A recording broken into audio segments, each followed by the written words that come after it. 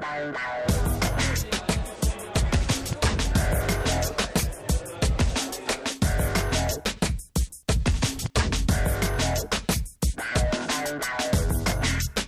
in there, Mark.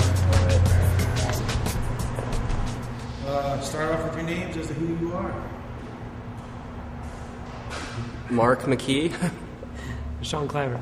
We're at an art installation of our old skateboard graphics, and the show is called Censorship is Weak as Fuck.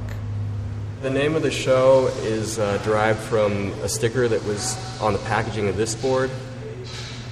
This board was for a pro model for Randy Colvin. It came sealed in a black plastic bag with a sticker on it, and the sticker said "Censorship is weak as fuck." Yeah, I guess the idea was just to make a statement about censorship. I think it works. Let's see. This one's called "The Napping Negro" for Javante Turner, and sort of the theme of the art show is the controversial nature of all the graphics that World Industries made back when it was just starting out as a company.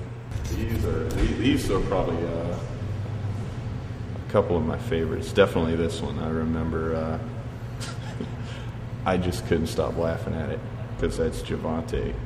You know, he's a strong black man, and this was his personality coming out. He thought it was really cool. So this board here was inspired by a road trip we took Clyde Singleton on for Big Brother magazine in 1996. Primarily this right here. He had a real problem wetting himself at night. I think he went through at least 3 or 4 pairs of underwear on that tour. That's Clyde's first board. Yeah, how can that not stoke you out if you know Clyde? Because he has a look at that. He's got a problem, and they've addressed it. Every board fits a person. That's incredible.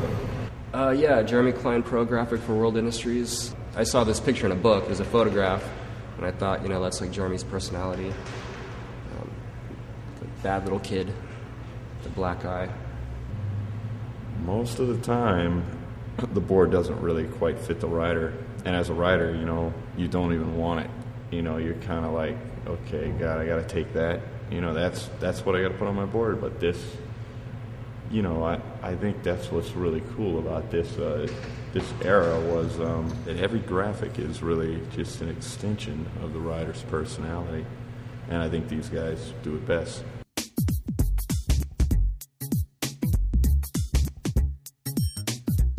Yeah, copyright infringement. On the wall, we reprinted some of the cease and desist letters.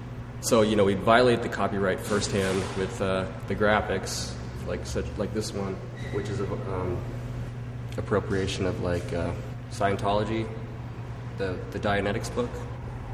So we changed the name Dianetics and replaced L. Ron Hubbard's name with World Industries, and then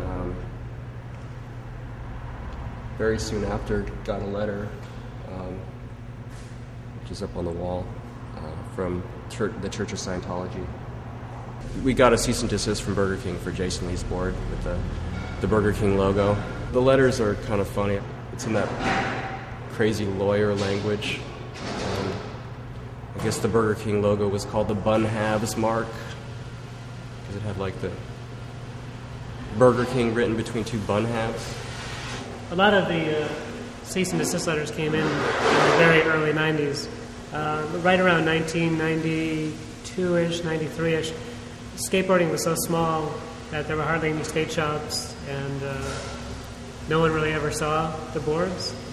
So you could do stuff like this, where you just had full-blown Peanuts characters and get away with it. Who were the Peanuts hanging out with this particular art piece? Charles Manson. Apparently some of their neighbors were complaining because we had the sign out front. Even though the U and the C were